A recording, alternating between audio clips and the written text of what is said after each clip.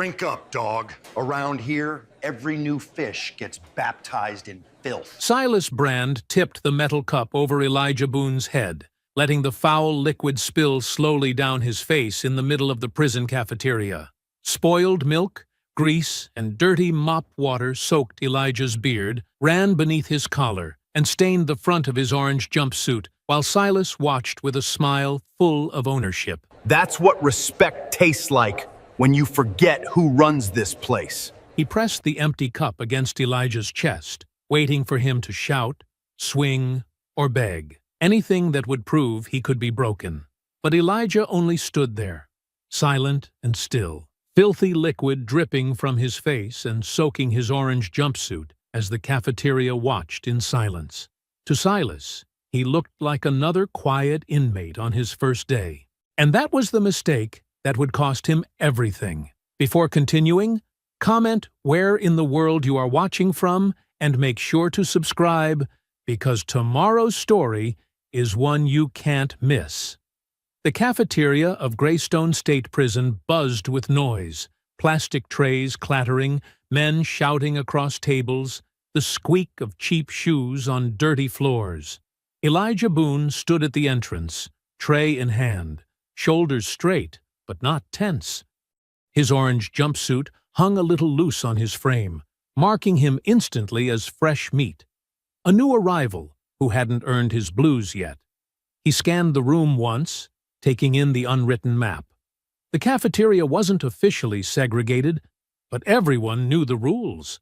Black inmates clustered near the left wall. Latino men had claimed the center tables. White inmates dominated the right side, with the iron circle controlling the back corner. Their territory marked not by signs, but by fear. Elijah walked forward, his steps unhurried, carrying the quiet confidence of a man who had survived worse places than this. "Hey, tough guy!" someone called out. "Watch where you sit." Elijah didn't react. He found an empty spot at a table and lowered himself onto the bench. The plastic seat was still wet from a hasty wipe-down. He set his tray down and picked up a spoon to poke at the gray mush that passed for oatmeal. The table went quiet. The two men sitting across from him exchanged glances and slid away, leaving an empty space. Elijah didn't notice their retreat. He bowed his head slightly, lips moving in a silent grace before his first bite. That's when he felt it, the shift in the room's energy. Conversations died. Plastic utensils stopped scraping trays. 100 men held their breath at once. Silas Brand rose from his seat in the back, a mountain of muscle in a blue jumpsuit, with the sleeves torn off.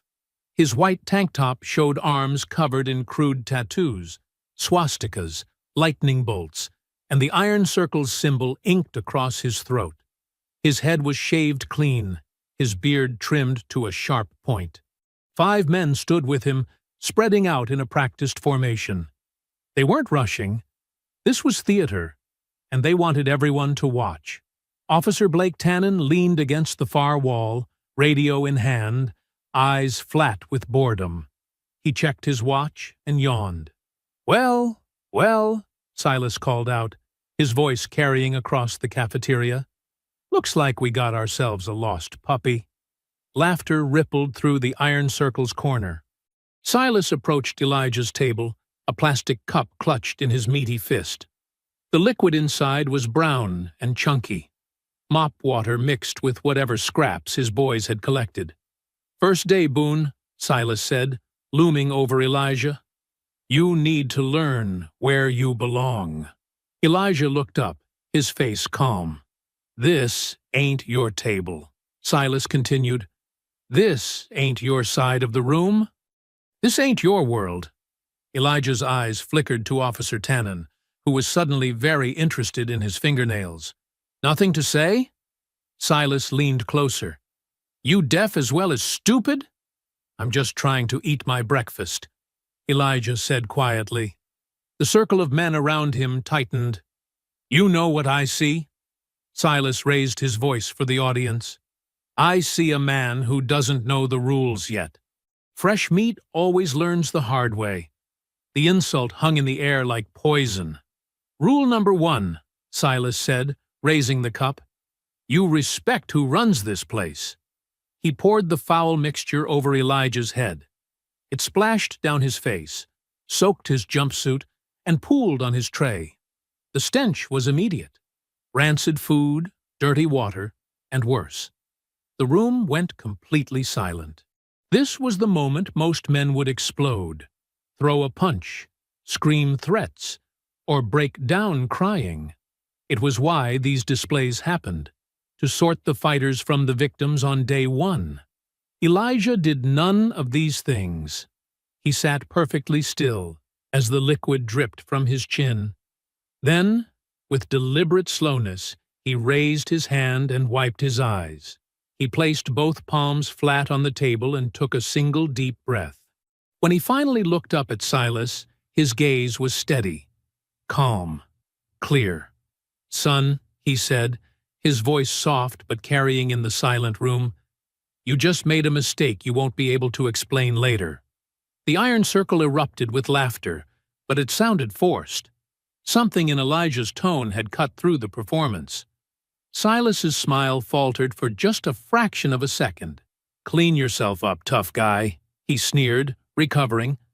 "And find another table tomorrow, if you're still walking." Elijah didn't move. "Get him out of here," Silas called to Officer Tannen. Tannen finally pushed himself off the wall and sauntered over. "Let's go, Boone. You're making a mess." "Yes, sir," Elijah said, rising slowly from the bench. As he stood to follow Tannen out, droplets of the foul mixture trailed behind him. He walked with his shoulders back, head high, gait steady. Around the cafeteria, men watched him go. A skinny white kid with glasses, an older Latino man with a crucifix tattoo, a muscular black man with a scar across his jaw. They all noticed the same thing. Elijah's eyes weren't frightened, weren't angry, weren't broken. They were the eyes of a man taking careful measure of a battlefield.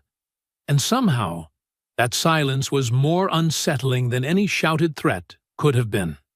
Elijah followed Officer Tannen down the corridor, his orange jumpsuit still dripping with the foul mixture Silas had poured over him. The smell clung to him like shame, but Elijah's face remained a mask of calm.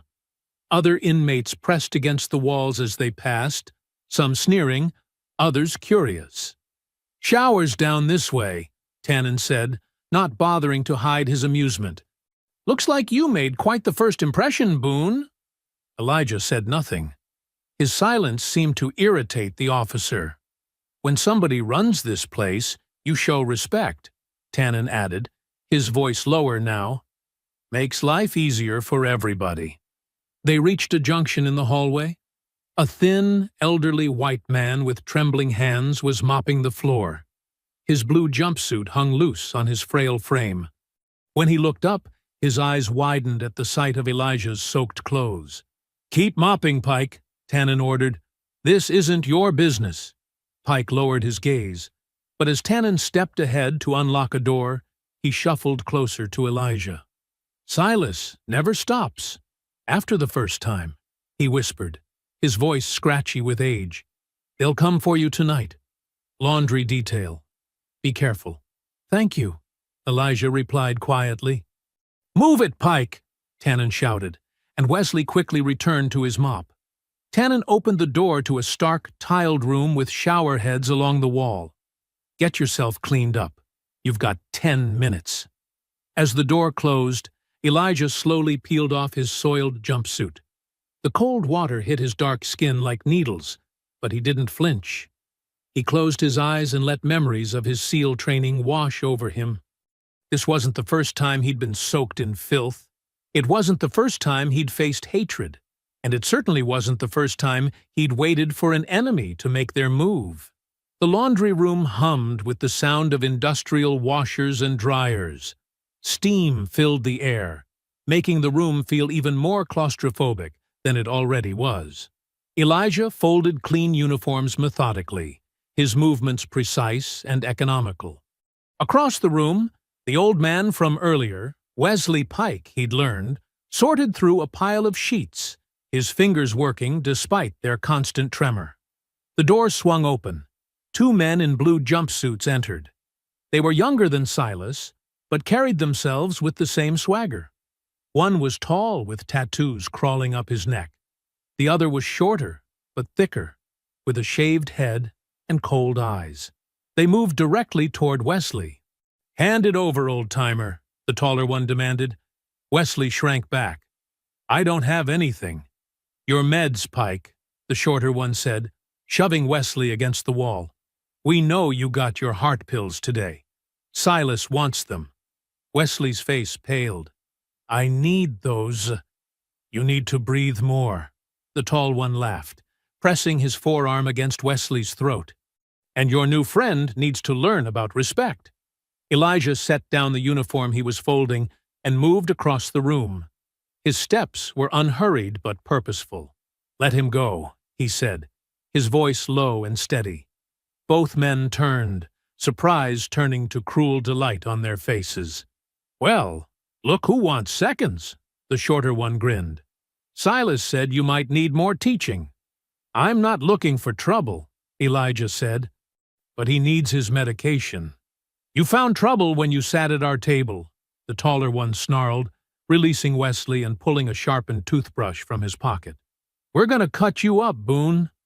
They moved toward Elijah, confident in their advantage. 2 against 1. Young against trained. Armed against unarmed. It was over in seconds. As the tall one lunged with his makeshift knife, Elijah sidestepped with startling speed. He grabbed the man's extended arm, twisted it sharply, and used the momentum to slam him headfirst into a rolling laundry cart. The impact dented the metal and left the attacker crumpled on the floor. The shorter man froze for a split second, just long enough for Elijah to close the distance between them. Elijah's hand shot out, gripping the man's wrist and bending it backward against a washing machine. The sound of bone straining filled the steam-heavy air. "Drop it," Elijah commanded. The shank clattered to the floor. The man's face contorted with pain and shock. "I don't want to break your arm," Elijah said, his voice still eerily calm.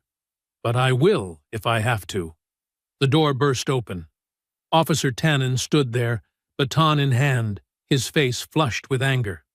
"What is going on here?" he demanded, though his eyes showed no surprise.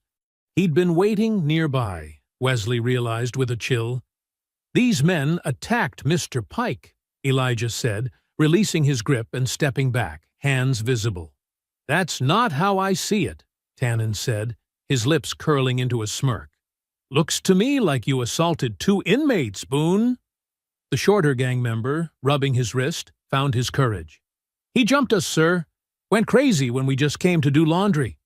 Wesley stepped forward, his voice shaking. "That's not true. They came for my medicine." "Shut up, Pike," Tannen snapped. "Nobody asked you." 2 more guards appeared behind Tannen. They grabbed Elijah roughly by the arms. "Take him to segregation," Tannen ordered. "Assaulting inmates on his first day. That's a serious charge, Boone." As they dragged Elijah away, his eyes met Wesley's. There was no fear in them, no anger, not even resignation. Just a calculating clarity that made Wesley's spine straighten. In that moment, Wesley Pike understood what he was seeing. Not an ordinary inmate caught in Silas's games. Something else entirely. Elijah sat perfectly still in the small disciplinary room, his wrists cuffed to the metal table. The overhead light buzzed and flickered, casting harsh shadows across the concrete walls. His orange jumpsuit still carried damp patches from the cafeteria incident, now mixed with sweat from the laundry room confrontation. Officer Tannen stood at a desk in the corner, scribbling on an incident report form. His pen scratched loudly in the quiet room. Every few seconds, he would glance up at Elijah with a smirk. Unprovoked assault on 2 inmates. Tannen read aloud as he wrote, "Refused direct orders to stand down. Displayed aggressive behavior consistent with violent tendencies. Elijah didn't respond. He kept his breathing steady, his face neutral. The lies didn't surprise him. Prison was just another battlefield with different rules. The door opened with a metallic groan. Deputy Warden Hal Rourke stepped in, his polished shoes clicking against the floor. He wore a crisp gray suit that seemed out of place in the dingy room. Under his arm, he carried a thick manila folder with a red classified stamp across it. "That will be all, Officer Tannen," Rourke said, his voice smooth and controlled. Tannen nodded, handed over the report, and left the room with one last glare at Elijah. Rourke took the seat across from Elijah. He placed the folder on the table between them, but kept his manicured hand firmly on top of it. "Mr. Boone," he began, studying Elijah's face. "I don't normally handle intake incidents personally. But you're not a normal intake, are you?" Elijah maintained his silence. Rourke opened the folder. "Elijah Thomas Boone, age 41, widower, one daughter." He flipped a page. 23 years of military service, Navy SEAL, multiple deployments, combat diving specialist, hand-to-hand combat instructor. He looked up. "Most of your service record is redacted, even from me." "That's interesting." Elijah's expression didn't change. "You're here on an assault conviction," Rourke continued, "but your appeal claims you were defending a young woman from sexual assault by the son of County Commissioner Voss." Rourke's mouth twitched into something like a smile. "Quite the coincidence that Commissioner Davis also chairs the committee that oversees prison contracts for this region." Elijah finally spoke, his voice low and steady. "There's nothing coincidental about why I'm here." "Smart man." Rourke closed the folder. "You understand how things work. That's good. It'll save us both time." He leaned forward. "Here's what you need to know about Greystone. Every disciplinary incident goes into your file. Every file gets reviewed before parole hearings, appeal proceedings, and privilege considerations." "I was defending an old man from being robbed and beaten," Elijah said. "The report says otherwise," Rourke replied, tapping Tannen's paperwork. "And in here, paperwork is reality. Your appeal hearing could be delayed 6 months for this. Another incident might push it back a year." He spread his hands. "That would be unfortunate for someone in your position." In a storage corridor near the laundry facilities, Silas Brand leaned against the wall while Officer Tannen checked the hallway for witnesses. "Boone handled Jimmy and Ray like they were children," Tannen said, keeping his voice low. "You need to be careful with this one." Silas spat on the floor. "I don't care what he did before. In here, he's just another inmate." "This isn't just about keeping order," Tannen explained. "Rourke got specific instructions about Boone from outside. The commissioner wants him broken before his appeal hearing comes up." "Why's he so important?" "He saw something he wasn't supposed to see. The commissioner's kid getting rough with a girl at some charity event. Boone stepped in, broke the kid's jaw." Tannen grinned. "Now they need him discredited. A violent inmate causing trouble won't look good to an appeals judge." Silas nodded slowly. "So you want me to push him until he snaps?" "Just make his life miserable," Tannen said. "But be smart. The man's dangerous." "Pride is the first thing I take," Silas answered, repeating his prison mantra. "No one keeps it in here." Back in the disciplinary room, Rourke watched Elijah with cold calculation. "The laundry room incident was bait," Elijah said, the realization settling in his stomach like lead. "You wanted me to fight back." Rourke's eyebrows raised slightly. "Very good, Mr. Boone. Yes, we needed to establish a pattern early. The first write-up is crucial. You're using Silas to do your dirty work," Elijah continued, "keeping your hands clean while he delivers the message. Prisons function on balance, Mr. Boone. Inmates like Silas serve a purpose in maintaining order." Elijah met Rourke's gaze directly. "This isn't about order. It's about making sure I never get my day in court." Rourke stood up, straightening his tie. He gathered the folder and moved toward the door. Then he paused, turning back to Elijah. He leaned down, his cologne filling the space between them. "In here, Mr. Boone," he said, his voice barely above a whisper. "Innocence means nothing. Not a single thing. Remember that before you try to play hero again." Near midnight, the cell doors clanged shut, with a metallic finality that echoed through B Block. Elijah sat on the thin mattress of his new cell, his back against the cold wall.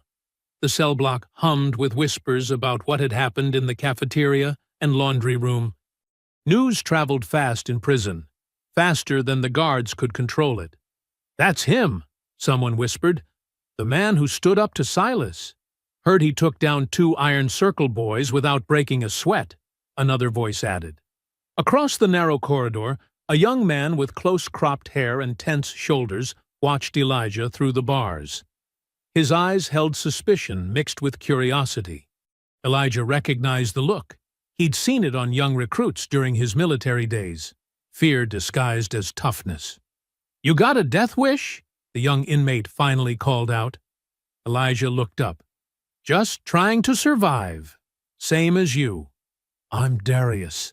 Darius Bell," the young man said, his voice hardening. "And surviving means keeping your head down and your mouth shut." "That working out for you?" Elijah asked. Darius gripped his cell bars. "Better than bleeding out in the shower, which is where you're headed." Before Elijah could respond, Wesley Pike shuffled into view, escorted by a night guard to his cell 2 doors down. The elderly veteran's hands trembled, but his eyes found Elijah's with quiet gratitude. After the guard left, Wesley spoke softly. "Thank you for what you did." Darius snorted. "Don't thank him. He just painted a target on all of us." Wesley sat heavily on his bunk. "Target was already there, son. This place runs on invisible lines. The Iron Circle controls the west side of the cafeteria. They decide who sits where, who eats what, and who gets punished. Guards like Tannen look the other way, because Silas keeps the other gangs in check." "How long have you been here?" Elijah asked. 3 years, Wesley replied, rubbing his thin wrists. "Used to be an accountant. Made some bad choices when my wife got sick. No insurance." He gave a bitter laugh. "Thought I could pay it back before anyone noticed." Darius paced his cell. "The Iron Circle's been recruiting me since day 1. Say they can protect me. Maybe they're right. Protection comes with a price," Elijah said quietly. "Everything does in here," Darius shot back. "You some kind of preacher or something?" Elijah smiled slightly. "No, just someone who's seen what happens when good men choose the wrong side." He could have told them about his SEAL training, about missions in countries whose names never appeared in official reports, about men who started with small compromises and ended with blood on their hands. But he didn't. Some truths were better saved for when they mattered most. Morning arrived with harsh fluorescent lights and the grinding sound of cell doors opening. Breakfast meant returning to the cafeteria, returning to face Silas and his men. Elijah watched as Iron Circle members took control of the breakfast line, shoving weaker inmates to the back. They moved with the confidence of men who knew the guards wouldn't interfere.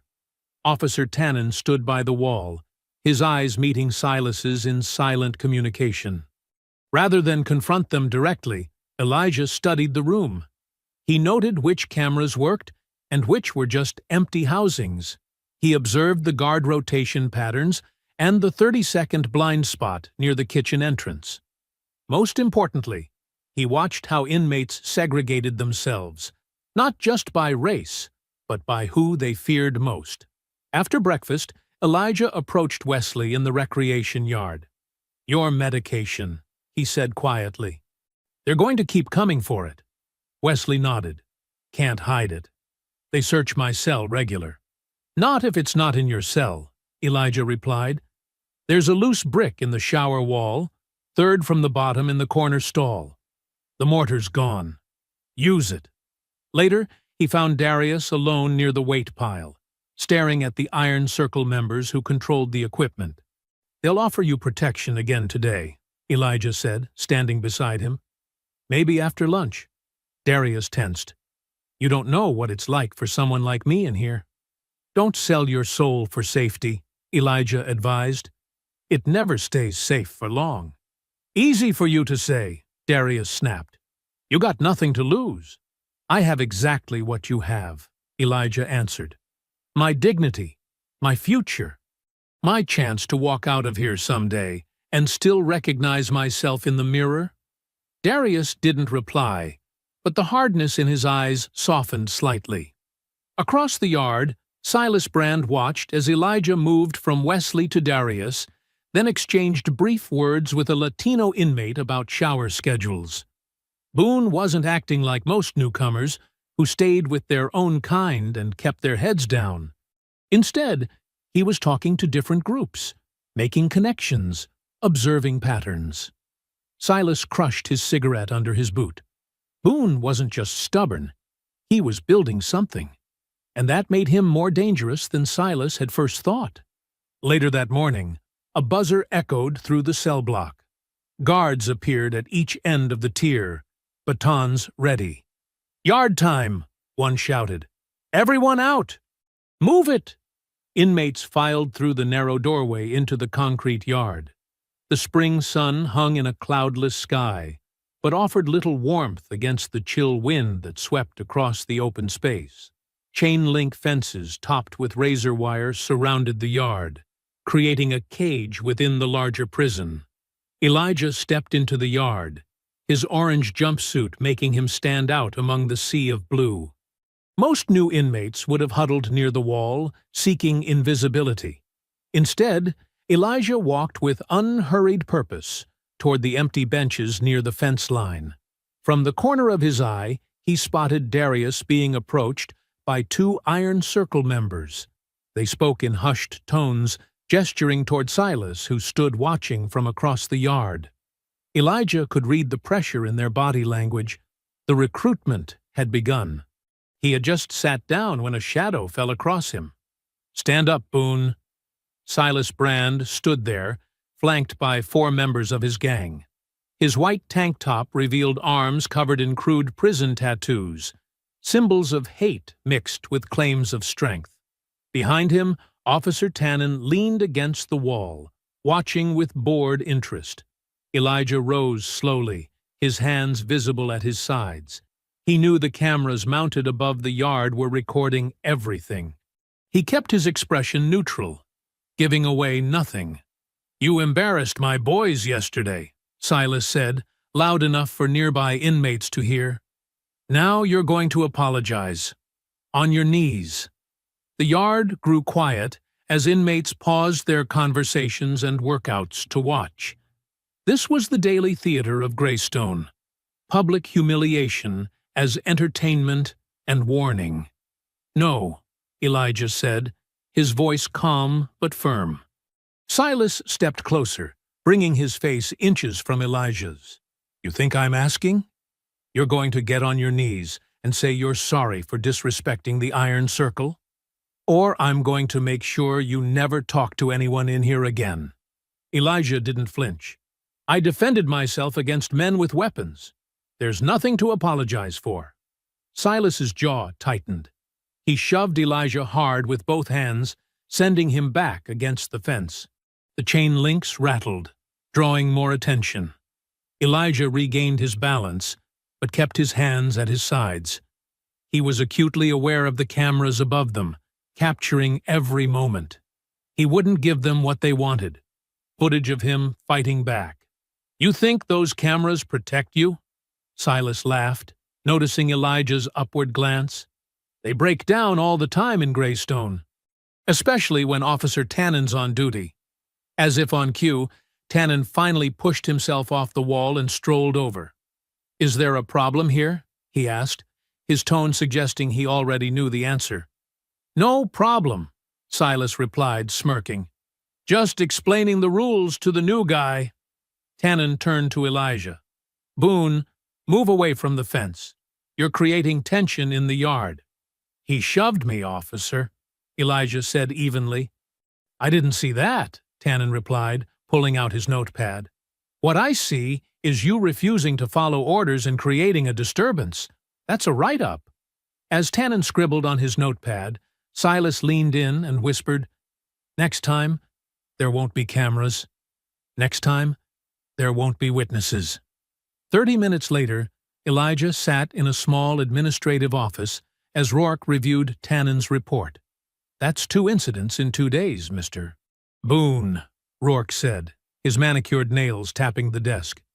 I'm afraid your phone privileges are suspended pending disciplinary review. My daughter is expecting my call, Elijah said, the first crack of emotion showing in his voice. She's working on my appeal. Appeals take time. Rourke smiled, his eyes cold, especially when an inmate demonstrates behavioral issues. Each incident report can add weeks to the process. The blow landed harder than Silas's shove. Naomi was fighting for him on the outside, gathering evidence, speaking to lawyers. Without contact, she would worry, not knowing if he was hurt or worse. You can't legally block my calls to my attorney, Elijah said. Of course not. Legal calls remain available, Rourke replied smoothly. But family calls are a privilege, not a right. And privileges must be earned through compliance. In that moment, Elijah saw Rourke's strategy with perfect clarity. The deputy warden wouldn't need to physically harm him. He would use isolation, false reports, and Silas's gang to break him down piece by piece. Each incident would build a paper trail that could discredit his appeal. A violent inmate making desperate claims. Back in his cell that night, with lights out called and the block falling into uneasy silence, Elijah knelt beside his narrow bunk, his knees pressed against the cold concrete floor.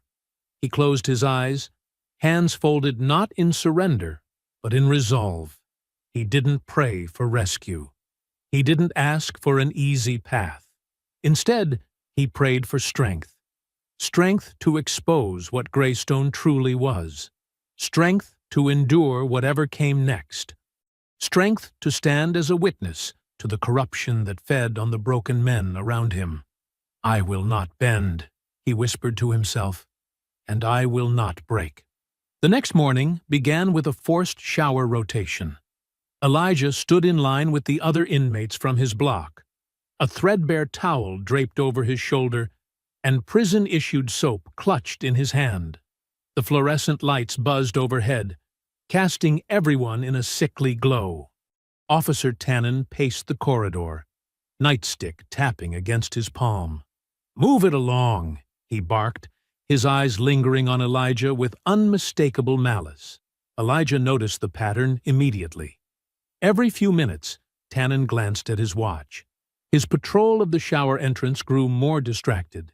The other guards were positioned at opposite ends of the hallway, too far to respond quickly.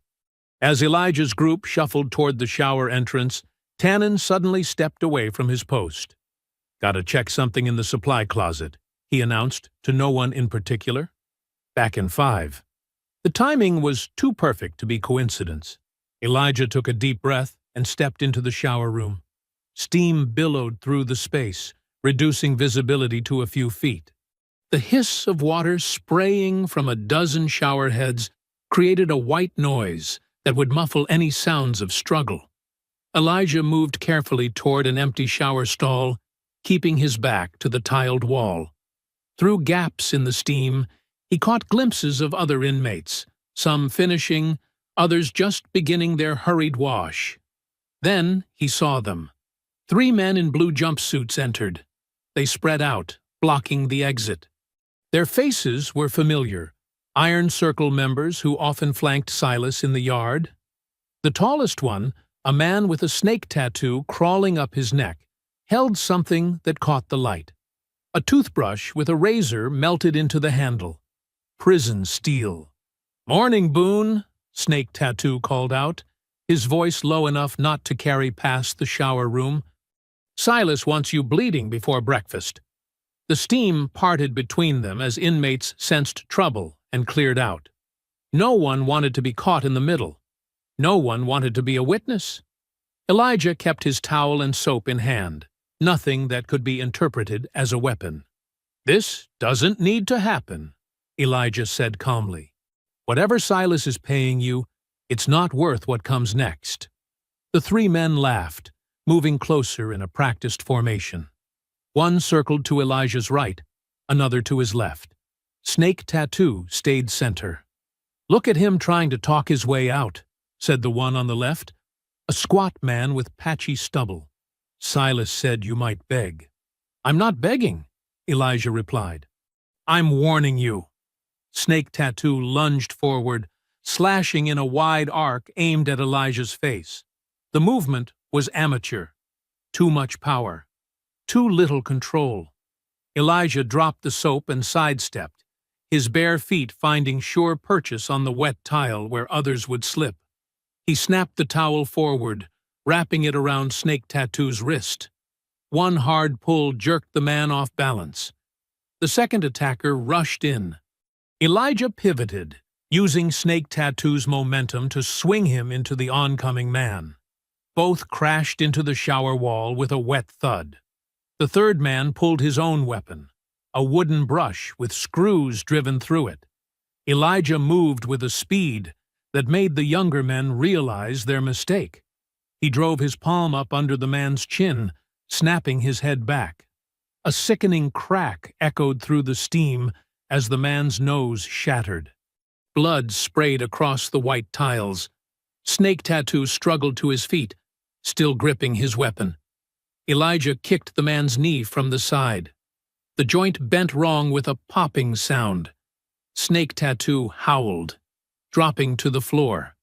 The second attacker charged again, this time with desperate fury. Elijah caught his arm, twisted it behind his back, and drove him face first into the wall. The man's shoulder dislocated with an audible pop. His weapon clattered to the wet floor. In less than 30 seconds, it was over. Three men lay groaning on the shower floor. None dead, none permanently maimed, but all thoroughly defeated.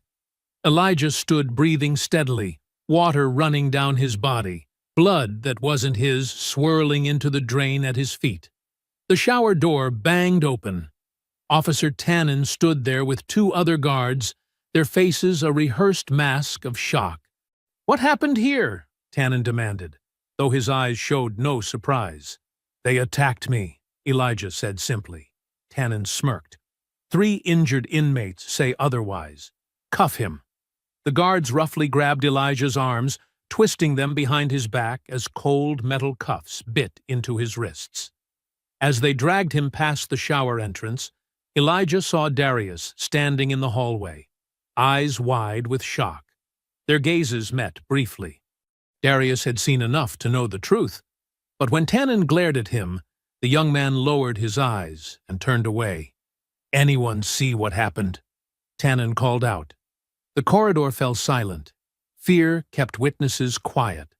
As they marched Elijah down the hallway, he heard Silas's voice somewhere ahead. "I told you he was dangerous. Jumped my boys while they were showering. Could have killed them." The lie spread instantly, racing through the prison faster than truth could follow. Hours later, Elijah sat in a bare, solitary cell. The concrete box measured 8 feet by 10, with a metal toilet sink combination and a thin mattress on a concrete slab. The door was solid metal with only a small slot for food trays. From somewhere down the corridor, he heard the unmistakable sound of Silas's laughter, followed by Tannen's lower voice.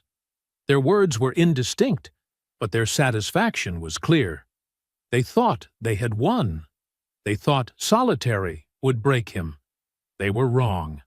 That same afternoon, Naomi Boone hurried across the hospital parking lot, white nurse's shoes clicking against the pavement. Her 12-hour shift had left dark circles under her eyes, but there was no time for rest. She checked her watch, just enough time to meet with her father's attorney before picking up Caleb from after-school care. The car's engine sputtered before catching. Like everything else in her life, it was hanging on by sheer determination. She pulled into traffic, mind already racing through the questions she needed answered. Attorney Lena Harrow's office was downtown, a modest suite with worn furniture and walls lined with legal textbooks. Lena greeted Naomi with a firm handshake, her tailored suit and steel-rimmed glasses projecting calm competence. "I reviewed your father's file again," Lena said, spreading papers across her desk. "The assault charge was inflated. Your father has no history of violence since his military service. The judge's sentencing was unusually harsh." Naomi rubbed her temples.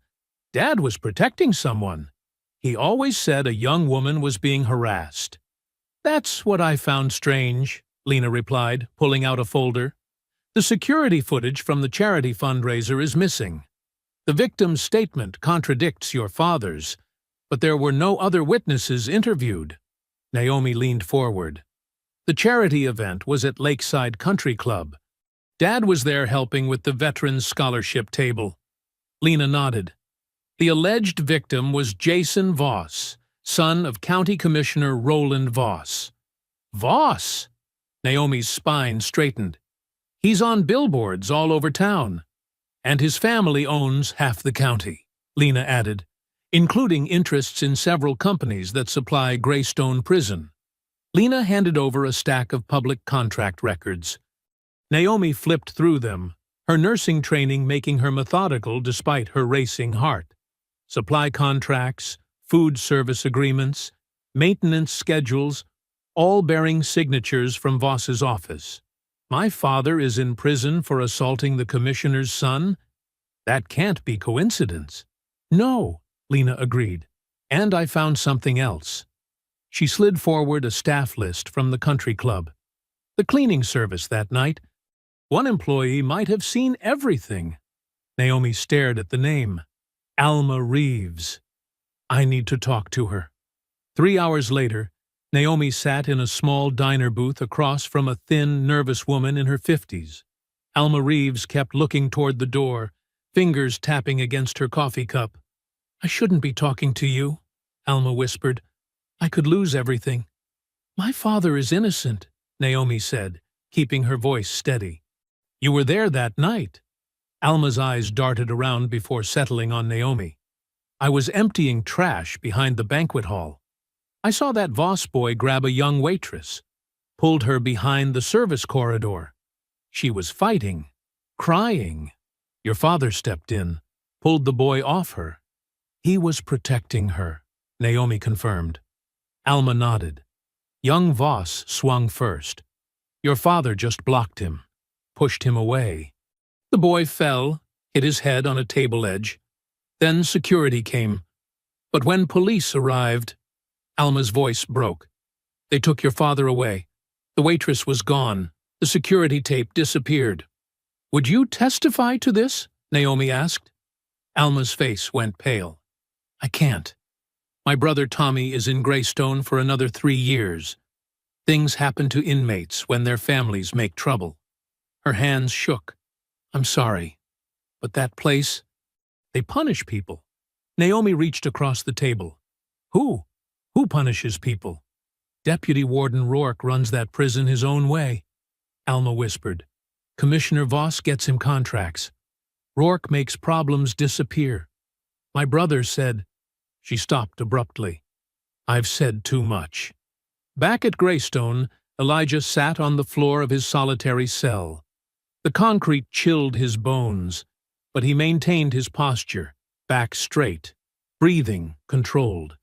The small room held nothing but a toilet, sink, and concrete slab for a bed.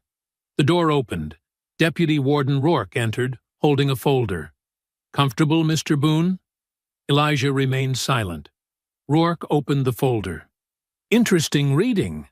Your service record. Multiple commendations. Classified operations." He flipped a page. "America's hero, risking your life overseas. Then you come home, and what happens?" Your country throws you in here. Elijah's face revealed nothing.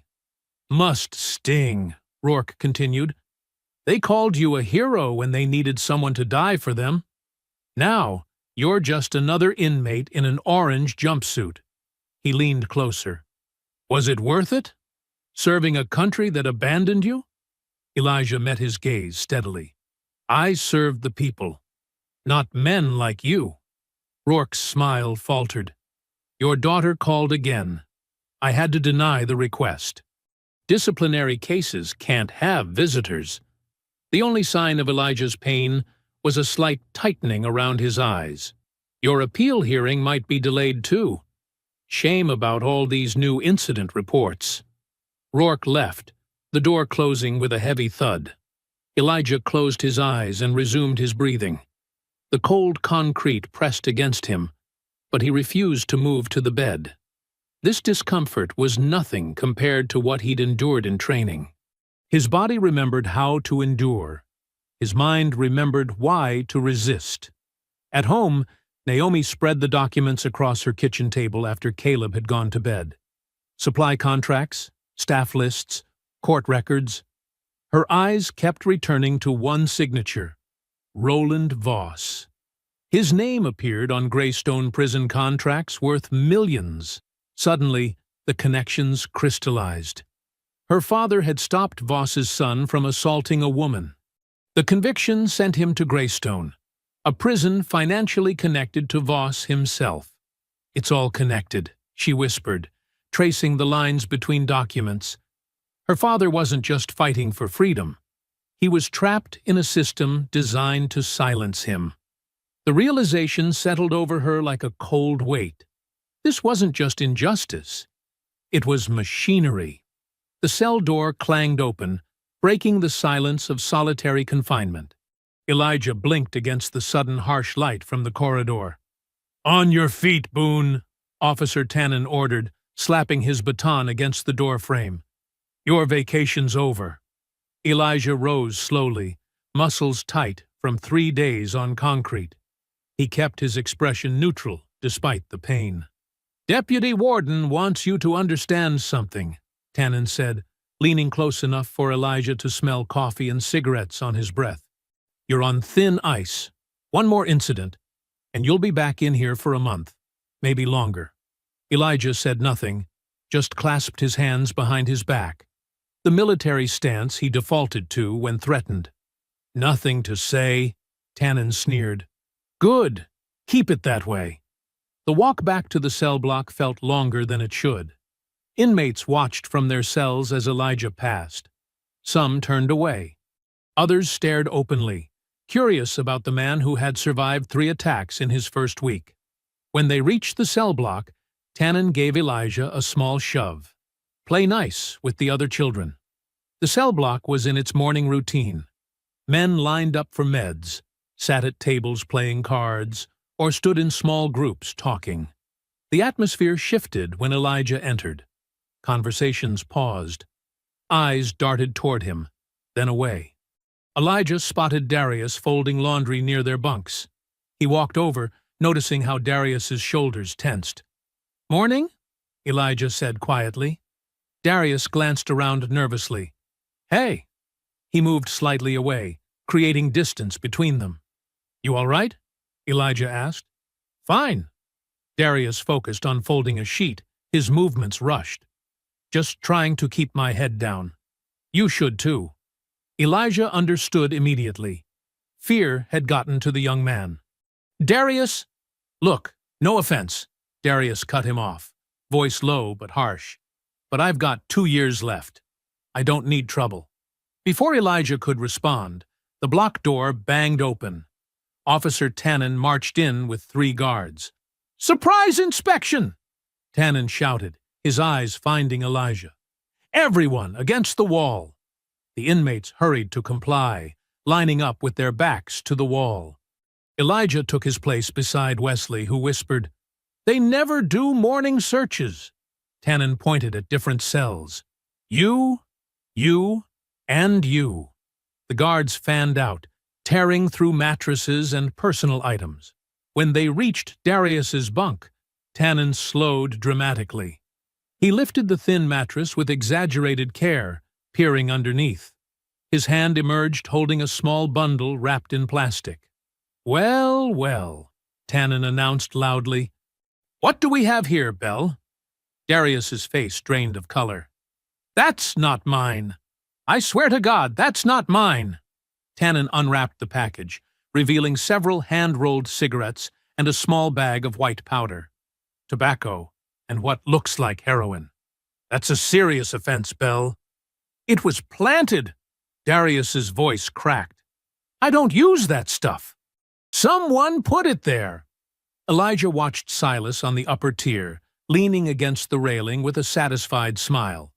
Their eyes met for a moment, and Silas gave a small nod. Message received. Deputy Warden Rourke arrived minutes later, reviewed the contraband, and shook his head at Darius. 3 years added to your sentence, minimum, Rourke said. Plus segregation while we investigate. "I'm being set up," Darius shouted, desperation in his voice. "Ask anybody. I don't use drugs." "Take him," Rourke ordered, turning away. As the guards grabbed Darius's arms, the young man's eyes found Elijah. "This is on you," he yelled, struggling against the guards. "You and your stupid principles. What good are they doing anybody? You stand up. We get knocked down." The words hit Elijah like physical blows. Darius was young enough to be his son, about Caleb's age if Caleb were grown. "Your pride worth my time?" Darius called out as they dragged him away. "Your dignity worth my life?" After lockdown ended, Wesley hobbled over to Elijah's bunk. Elijah sat motionless, staring at the wall. "It wasn't your fault," Wesley said softly. "Wasn't it?" Elijah's voice was hollow. Darius was right. My choices brought consequences to someone else. Wesley lowered himself painfully onto the edge of the bunk. "Silas targeted the boy because he's scared of you." "Scared of me?" Elijah looked up. "Not physically. He's scared of your influence." Wesley glanced around before continuing. "You give men hope. Hope is dangerous in here. Makes us human again." He coughed, his thin frame shaking. "Silas needs us broken and divided." Elijah watched through the block windows as guards escorted Darius across the yard toward the segregation unit. The young man's shoulders were slumped, his future dimmer now because he'd had the misfortune of sharing space with Elijah Boone. Something shifted inside Elijah.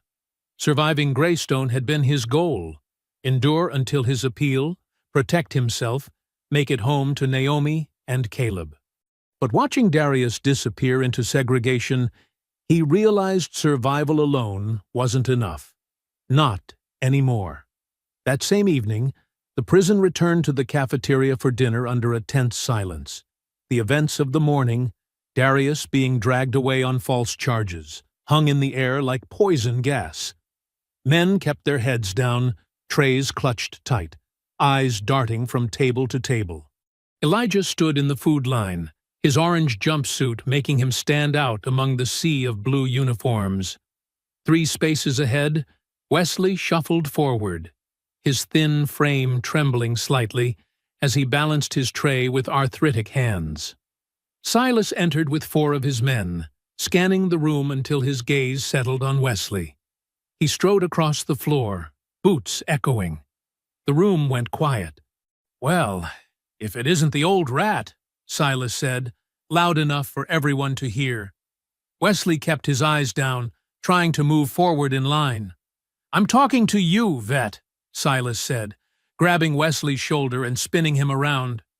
Wesley's tray clattered to the floor, splashing beans across his pants. "I didn't do anything," Wesley said, voice barely a whisper. Silas leaned in. "Heard you've been talking about me to the new fish, telling stories that aren't yours to tell." He shoved Wesley back against the wall. "In my house, that's disrespect." Officer Tannen watched from his position near the door, arms folded, a small smile on his face. "On your knees," Silas ordered. "Apologize where everyone can hear it." Wesley's face flushed red with shame. His legs trembled, but pride kept him standing. "I said, kneel." Silas grabbed Wesley by the collar. "That's enough." Elijah's voice cut through the tension. The cafeteria froze. Every head turned. Silas released Wesley and turned slowly. "Well, well, the quiet man speaks." Silas grinned, spreading his arms. "Finally ready for that beating I promised you?" Guards along the wall straightened up, hands moving to their belts. Tannen took a step forward, eager for Elijah to throw the first punch. But Elijah didn't move toward Silas. He simply stood straight, hands visible at his sides. "You don't run this room," Elijah said, his voice carrying to every corner. "You rent your courage from guards who open doors for you." The words landed like a slap. Several inmates drew sharp breaths. "What did you say to me?" Silas's face darkened. "You heard me," Elijah continued. "You're not feared because you're strong. You're feared because men with keys let you target anyone who speaks up."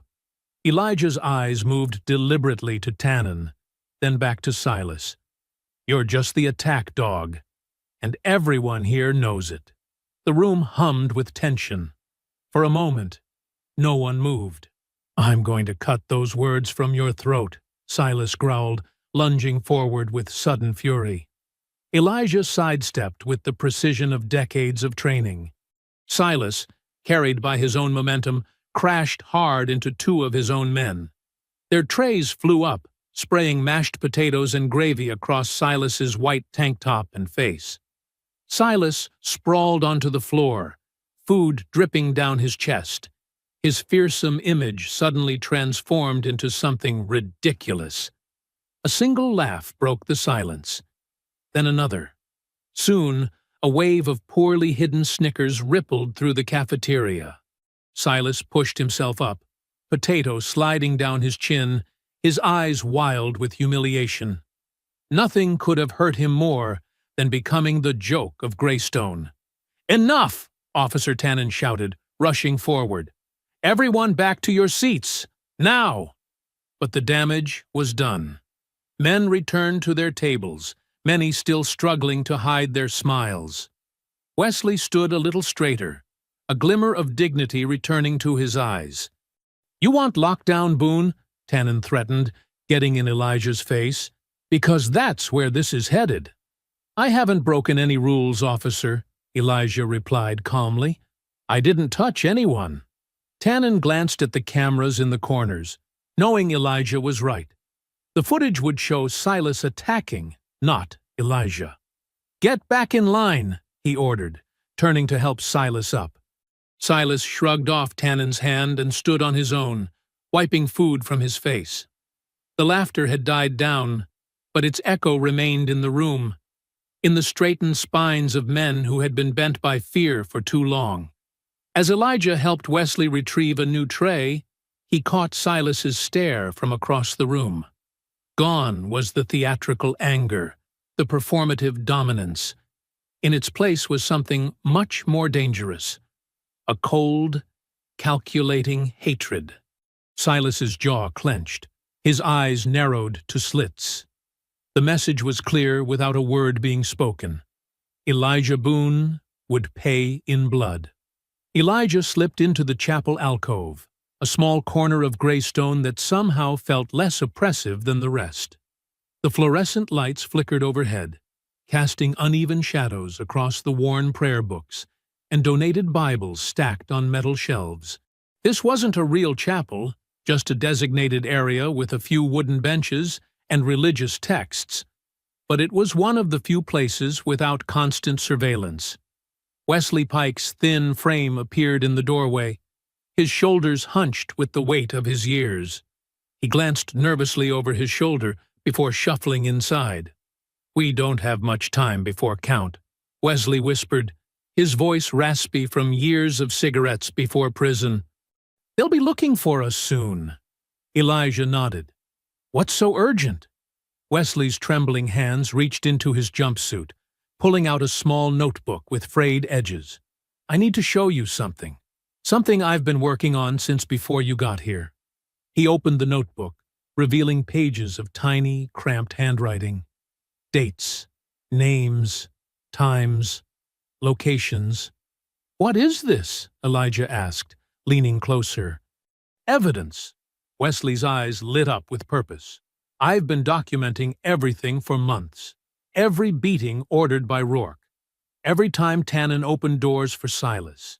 Every inmate who filed a complaint, and then, accidentally, ended up with broken ribs." Elijah flipped through the pages, stunned by the methodical record-keeping. Medical neglect cases, guard payoffs, contraband routes, racial beatings disguised as security interventions. There were lists of witnesses, times of incidents, patterns of abuse. "I may look weak," Wesley said, his voice steadying, "but I was a military clerk in Vietnam. I know how to keep records nobody notices." Wesley reached deeper into his jumpsuit and pulled out something else. A small cassette recorder, barely larger than a matchbox. "They don't search old men as carefully," Wesley explained with a hint of pride. "Everybody thinks I'm half senile. Works in my favor." "Is this what I think it is?" Elijah asked, turning the tiny device in his palm. "Press play," Wesley urged, "but keep it low." Elijah pressed the button. Through scratchy audio, Silas Brand's voice emerged. "I don't care who it is. Tannen says they file a complaint. They get a lesson. That's the deal. Rourke keeps the heat off us. We keep these inmates in line." Elijah's pulse quickened. "When did you record this?" "Last month, near the maintenance corridor. They never check for cameras there because the wiring's bad." "Wesley," Elijah whispered, "this could blow everything open." The old man nodded. "That's why I need your daughter's help. Your appeal gives us cover." "Cover?" "Legal mail. They can't open it without you present." Wesley tapped the notebook. "We put this information in your appeal documents to your daughter. She takes it outside to someone who can help." Elijah squeezed Wesley's shoulder gently. "You've been fighting all along, haven't you? Just not the way they expected." "The quiet fight," Wesley nodded. "Sometimes it's the only kind that works." "We need a backup route," Elijah cautioned. "Never trust a single extraction plan." Wesley shook his head urgently. "No time. Rourke's going to move against you after what happened in the cafeteria. This envelope needs to leave tomorrow morning. First mail run." They carefully copied the most damning evidence and slipped it into Elijah's legal envelope alongside legitimate appeal documents. Wesley's hands shook as he sealed it. "Keep your head down tomorrow," Elijah warned. "Don't act different. Don't look nervous." "I've been invisible for years," Wesley said. "One more day won't be hard." The loudspeaker crackled. 5 minutes to count. Return to your cells immediately." They separated quickly, Wesley shuffling away with practiced frailty. Elijah watched him go, this man who'd been gathering ammunition all along while everyone dismissed him as broken. During count, Elijah stood stoically at his cell door as Tannen moved down the line, counting each prisoner. When Tannen reached Wesley's cell, Elijah noticed the guard pausing slightly, eyes narrowing at Wesley's unusual stillness. Wesley was trying too hard not to look nervous. Tannen's gaze lingered a beat too long before moving on. The next morning, the legal mail envelope was collected. Elijah felt a surge of hope. Their evidence was finally headed out of Greystone, beyond Rourke's reach. That hope lasted exactly 4 hours. Elijah was pulled from the laundry detail and escorted to Rourke's office. The deputy warden sat behind his polished desk, a picture of bureaucratic authority in his pressed uniform. On the desk lay an opened envelope, Elijah's legal mail, and beside it, something broken and mangled.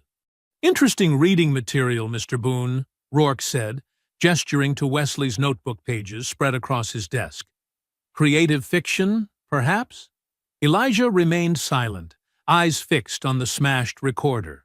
Its plastic casing was cracked, its tiny tape pulled out and snipped.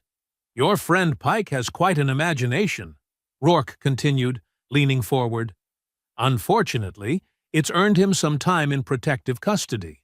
For his own safety, of course."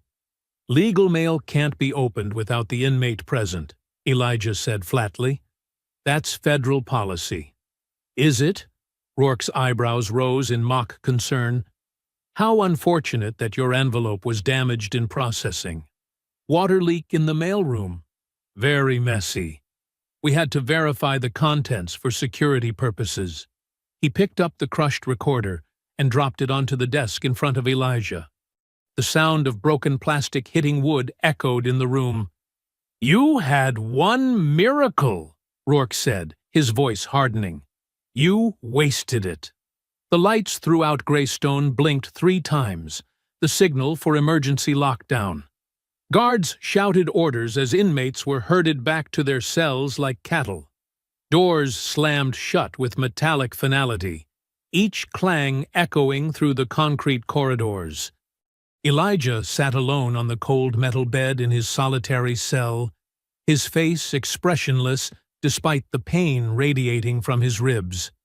2 of Rourke's most trusted guards had escorted him here after the meeting, their batons finding his midsection when security cameras couldn't see. Through the small window in his door, Elijah watched the frantic activity in the corridor. Something was happening. The guards moved with unusual urgency, their walkie-talkies crackling with coded messages. "Medical to C block! Now!" Elijah pressed his face against the cold metal door, straining to see. In the narrow slice of hallway visible through his window, he caught a glimpse of a stretcher being rushed past. On it lay a bloody figure, face swollen beyond recognition. But Elijah knew those thin arms, that gray hair matted with blood. Wesley. Elijah's fists clenched so hard his knuckles turned white. He pounded once on the door, the sound swallowed by the chaos outside. No one even turned to look. Hours passed in suffocating silence. The lockdown continued as night fell, the cell growing darker until only a thin beam of light from the corridor illuminated the small space. The door opened suddenly. Rourke stood there, immaculate in his uniform despite the late hour. "Mr. Pike had an unfortunate accident," he said, not bothering to step inside. "Tripped on the stairs, multiple contusions, possible concussion. He's receiving excellent care in our infirmary under protective custody." "Protective custody," Elijah repeated, the words like ash in his mouth. "Indeed, and young Mr. Bell remains in segregation. The contraband found in his possession carries serious penalties." Elijah said nothing, but his eyes never left Rourke's face. "I also have news about your appeal," Rourke continued, satisfaction evident in his tone. "Given your recent disciplinary issues, assaulting inmates in the shower, inciting disturbances in the cafeteria, the hearing has been postponed. Indefinitely. My daughter will— Your daughter's visitation privileges have been suspended," Rourke cut in. "Security concerns. You understand?" The door closed with a decisive click, leaving Elijah alone with the news. The trap was complete. Wesley beaten and isolated. Darius locked away on false charges. Naomi blocked from visiting or helping. And the evidence they'd worked to gather, destroyed. Elijah sat on the edge of his bunk, his body rigid with controlled fury. The careful discipline he'd maintained his entire adult life felt suddenly like a chain rather than strength. What had restraint earned him? A wrongful conviction? A prison sentence? Allies who suffered because they trusted him. For the first time since entering Greystone, Elijah questioned whether his approach was right. Perhaps there were times when violence was the answer, times when men like Rourke and Silas only understood force. His hands trembled slightly as memories of combat surfaced.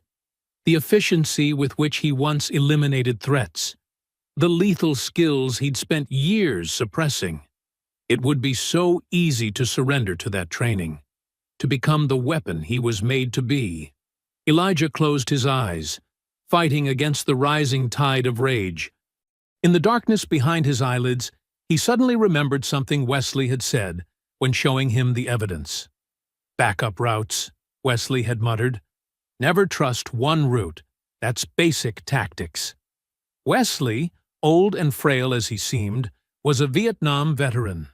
He understood contingency planning. He wouldn't have placed all his hope in a single envelope. Elijah opened his eyes and scanned his cell. The guards had left him almost nothing after their search. Just his prison uniform, a thin blanket, and the Bible Wesley had pressed into his hands the day before. The Bible. Elijah reached for it, examining the worn leather cover. The spine was cracked, the binding coming loose in places. Casual observers would see only an old, well-used book. But Elijah's trained eyes noticed something else. The way certain pages bulged slightly, as if something thin was pressed between them. His fingers moved carefully along the damaged spine, feeling for irregularities. Near the middle of Psalms, he found it. A small fold in the binding, where the glue had been deliberately softened. Elijah worked his fingernail into the gap, gently teasing out a tightly folded piece of paper. With hands steadier than they had any right to be, he unfolded the note. Inside was Wesley's cramped handwriting, a cipher using Bible verses as reference points. Below that was a simple message. Books leave every Tuesday. Church program. Psalm 37, 5-6. Elijah turned to the passage. "Commit your way to the Lord. Trust in him, and he will act. He will bring forth your righteousness as the light, and your justice as the noonday." A thin smile crossed his face as understanding dawned. Wesley hadn't trusted just one route. The real evidence was already outside. The next morning, sunlight crept through the stained glass windows of Trinity Baptist Church as Reverend Paul Haskins sorted through a stack of donated books. Every Tuesday, the church's literacy program collected gently used books from the congregation to distribute to Greystone inmates. The Reverend had been running this program for years, believing literacy could provide a path to redemption. His phone rang. It was Naomi Boone. "Reverend Haskins," she said, her voice tight with worry. "Have you heard anything about my father?" "I'm afraid not, child. They've canceled my last 2 visits, claiming security concerns." He sighed, his weathered hands resting on the book pile. "But I am dropping off some books today. I'll ask about him." "Thank you," Naomi said. "I appreciate anything." "Wait," Reverend Haskins interrupted, noticing something. "There's a book here that came back from Greystone yesterday. The log says it was checked out by Wesley Pike. Wasn't he your father's friend?" "Yes," Naomi whispered. "Can you bring it to me?" 30 minutes later, Naomi sat at her kitchen table, staring at the worn copy of The Old Man and the Sea. It seemed ordinary enough. Dog-eared pages, library stamp on the inside cover. But something made her examine it more carefully. She flipped through the pages slowly, finding nothing until she reached page 84.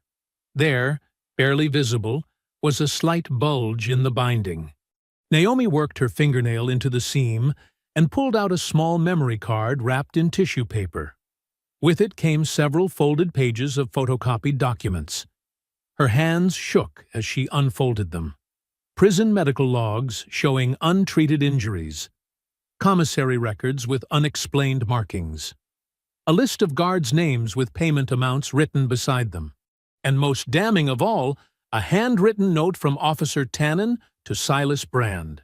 "Rourke says handle the old man before his daughter gets any traction on the appeal. No cameras on D Block Thursday." Naomi plugged the memory card into her laptop. The files contained grainy audio recordings, conversations between Tannen and Silas about which inmates needed lessons, Rourke discussing how to delay appeal paperwork, and, most shocking, a clear mention of Commissioner Voss. The commissioner doesn't care what happens inside these walls as long as his contracts stay protected and his son's name stays clean, Rourke's voice said. That's why Boone is here. Make sure he never reaches that appeal hearing. Naomi grabbed her phone and called attorney Lena Harrow. I have everything, Naomi said, her voice steadier than she felt. Evidence of corruption, prisoner abuse, and the connection to my father's case. Bring it to my office immediately, Lena replied. And Naomi, don't tell anyone else. But Naomi had one more call to make. Miles Grady at the Westfall Chronicle had been investigating prison contracts for months. She left a message asking him to meet her at Lena's office. Meanwhile, back in Greystone's solitary wing, Elijah sat cross-legged on his thin mattress, studying Wesley's cipher. The message was clear now.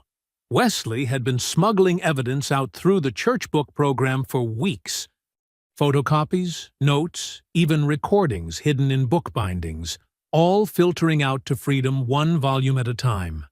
Hope bloomed in Elijah's chest, but his face remained impassive. He'd survived combat zones by never revealing his position. The same discipline would serve him now. When Officer Tannen passed his cell for morning check, Elijah appeared broken and defeated. Feeling talkative today? Tannen sneered through the slot. Nothing to say, Elijah mumbled, keeping his eyes down. That's what I thought, Tannen laughed, moving on. As his footsteps faded, Elijah allowed himself a small smile. The evidence was out. Now he just needed to stay alive long enough for it to matter. In the administrative wing, Deputy Warden Rourke's phone rang. His secretary's voice came through the intercom.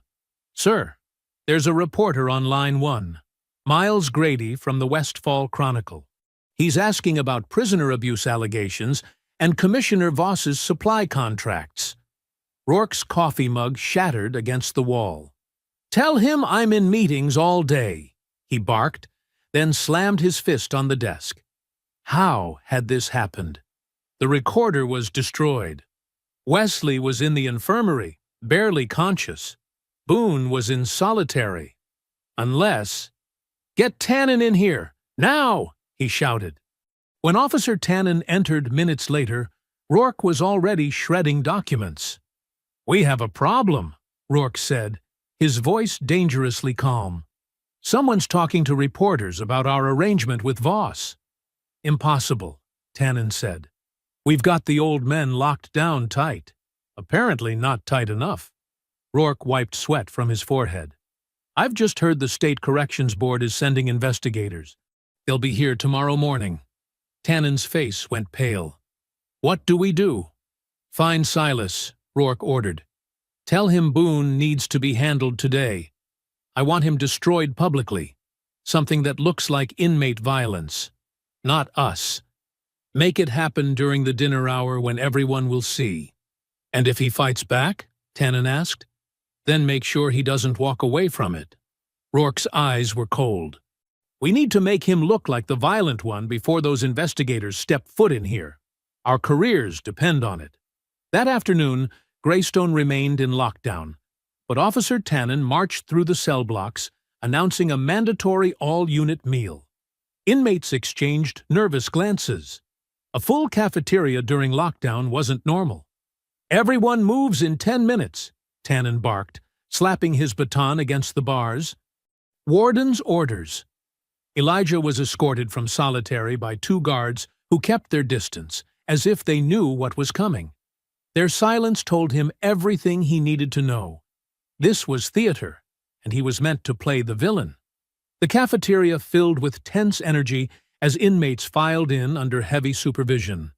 Guards lined the walls but seemed oddly passive, watching rather than controlling.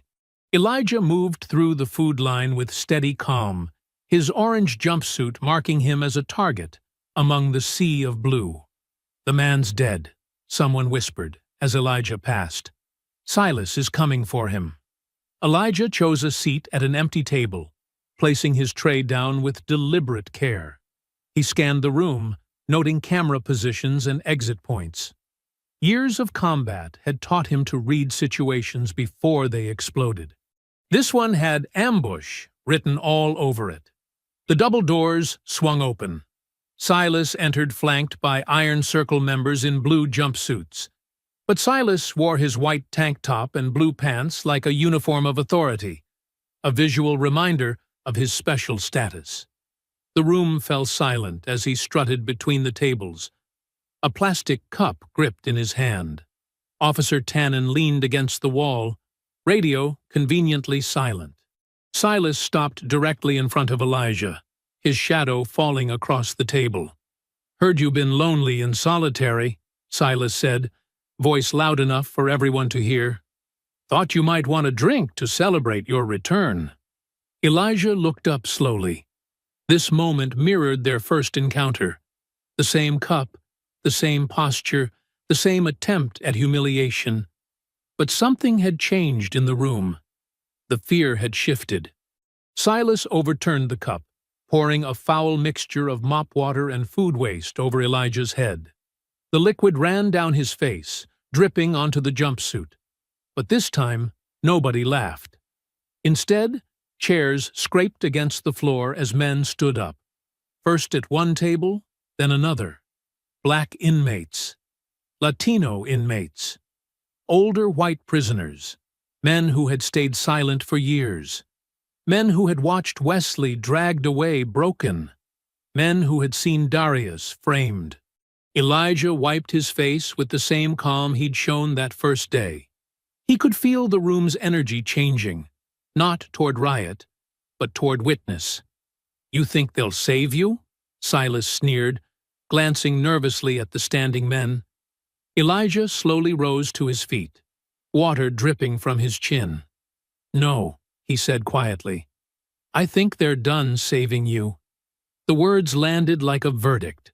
Silas's face twisted with rage. "You're nothing but a stupid man playing hero," he spat. "And heroes bleed in here." "First move is yours," Elijah said, hands visible and open. "Always has been." Silas lunged forward, swinging a heavy fist at Elijah's head. Elijah slipped the punch with minimal movement, causing Silas to stumble past him. "Hold positions!" Tannen shouted to the other guards, who had started moving forward. "Let them handle it." The room understood what was happening. This wasn't just a fight. It was an execution disguised as inmate violence. Silas recovered quickly and charged again, throwing a combination of punches. Elijah blocked the first two, but caught the third on his ribs, wincing at the impact. He countered with a precise strike to Silas's sternum that sent him staggering backward. Trays clattered to the floor. Chairs toppled. The watching inmates formed a wide circle, not joining but refusing to look away. "Kill him!" Tannen yelled to Silas, no longer caring who heard. Silas's eyes flashed with desperation. He reached into his waistband and pulled out a gleaming metal shank, 6 inches of sharpened steel smuggled past security. The room gasped collectively. This wasn't a fair fight. It was meant to be a murder. Elijah stepped back, calculating distances. He was bleeding from a cut above his eye, his ribs aching from Silas's punch. Despite his training, he was injured, outnumbered, and facing a younger armed opponent.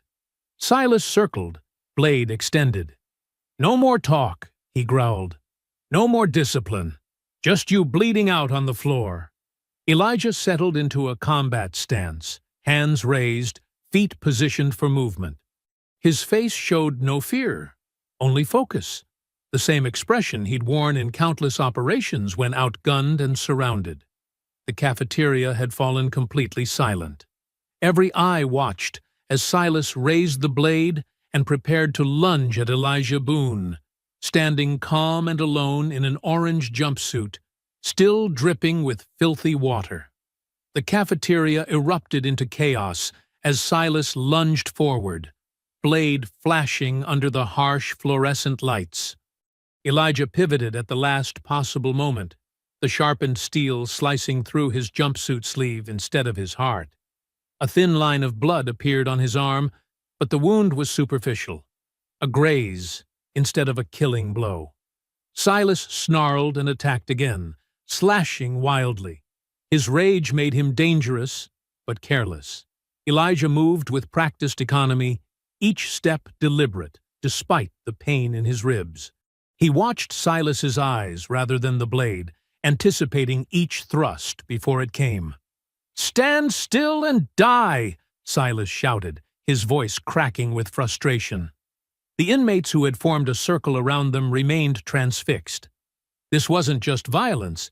It was a clash between two forces that had defined their prison lives. Raw power against quiet discipline. Elijah blocked a downward strike with his forearm, grimacing as the blade cut his skin. In that split second of contact, he trapped Silas's wrist, twisted sharply, and applied crushing pressure to the tendons. The shank clattered to the floor as Silas howled. Before Silas could recover, Elijah swept his leg, throwing him off balance. He used Silas's momentum against him, driving him backward until they crashed into a cafeteria table.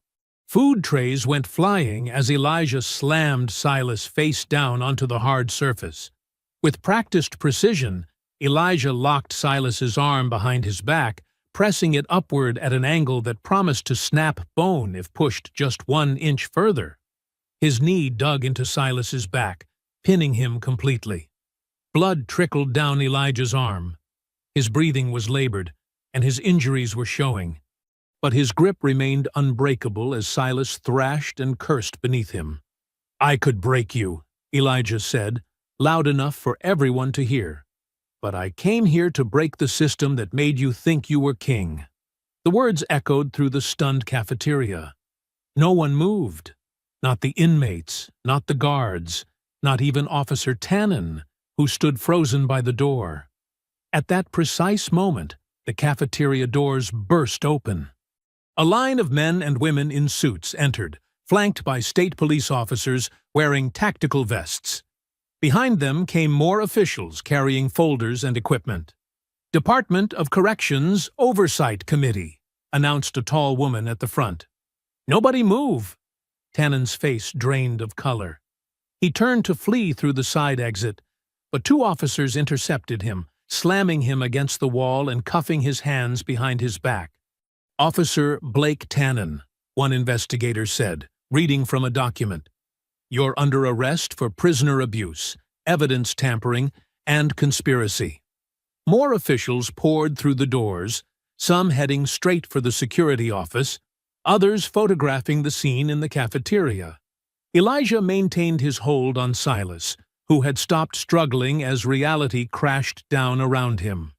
Deputy Warden Rourke appeared in the doorway, his usual polish gone, tie loosened, and face flushed.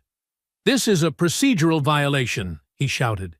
"You have no jurisdiction to enter without—" "We have emergency authorization," interrupted a man in a dark suit, holding up court documents. "Based on evidence of systematic prisoner abuse, medical neglect, and corruption. Hal Rourke, you're being removed from your position pending investigation." 2 officers approached Rourke, handcuffs ready. His face contorted with rage and disbelief. "This is a prison," he sputtered. "We maintain order how we must. These men are animals." "Not to the law," replied the official, nodding toward Elijah. "And not to those who still believe in justice." Throughout the cafeteria, investigators were already seizing security footage, collecting witness statements, and documenting injuries. Medical personnel moved toward Elijah, who finally released Silas into the custody of waiting officers. Silas looked wildly around for support from his Iron Circle members. Not one stepped forward. They averted their eyes or backed away, their fear of him already evaporating in the face of real authority. "You're nothing without me," Silas shouted as they dragged him away. "Nothing!" No one answered. His power had vanished like smoke. The cafeteria watched in stunned silence as Rourke was led out in handcuffs, his protests fading as the doors closed behind him. The system that had protected him, that had empowered men like Silas to terrorize others, was being dismantled before their eyes. The next morning, Greystone looked different. State officials in crisp suits replaced the usual guards at checkpoints. Cameras that had been broken for months now functioned perfectly. Elijah noticed these changes as two corrections officers he'd never seen before escorted him from his cell. Instead of the usual rough handling, they spoke to him with respect. "Mr. Boone, please come with us." No handcuffs, no shoving, just "please" and "Mr. Boone." They led him not to solitary, but to a clean interview room with actual windows. Sunlight streamed across a table where a woman in a charcoal suit waited with several folders spread before her. "Mr. Boone, I'm attorney Lena Harrow from the Civil Rights Division," she said, extending her hand. "I've been reviewing your case since yesterday evening." Elijah sat carefully, his ribs still sore from Silas's attack. "My case or this prison?" "Both." She opened the top folder. "All disciplinary charges against you have been dismissed. The recordings and documentation that Wesley Pike smuggled out exposed exactly what's been happening here." She laid out photos, transcripts, and medical reports. Guard corruption, organized racial violence, medical neglect, and a contract scheme connecting Commissioner Voss to Deputy Warden Rourke. Elijah's eyes narrowed. "And my original conviction?" Attorney Harrow smiled thinly. "That's why I'm here." Your daughter wouldn't take no for an answer. The door opened, and Naomi rushed in. Elijah stood, wincing through pain, and held his daughter as she sobbed against his shoulder.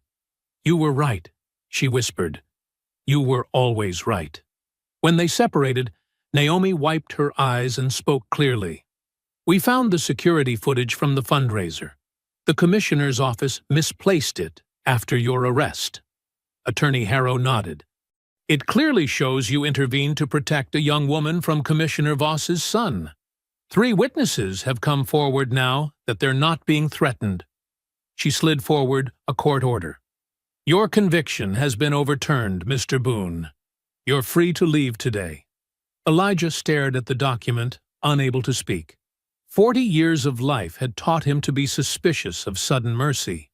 "Wesley?" he finally asked. "Transferred to the Veterans Hospital this morning," Naomi said. "They're treating his injuries properly now." "And Darius Bell?" "The planted contraband charge has been dismissed," Attorney Harrow confirmed. "And we're reopening his entire case. The public defender who pushed him into that plea deal has been suspended pending investigation." Elijah absorbed this news slowly. "What about the others? Tannen? Rourke? Silas?" "Silas Brand faces multiple new charges for assault and witness intimidation," Attorney Harrow explained. "Officer Tannen is cooperating to reduce his own sentence. Typical coward.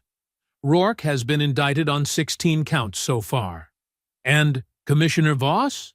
Elijah's voice hardened. Naomi smiled grimly. "The press got everything. He tried holding a news conference to deny it. But they played Wesley's recordings live on 3 channels. He walked off stage. His career is over." For the first time in weeks, Elijah felt something like peace settle over him. Not joy. He'd seen too much for that. But the quiet satisfaction of truth finally having its day. 3 weeks later, Elijah Boone walked through Greystone's front gates wearing his own clothes, pressed khaki pants, a navy button-down shirt,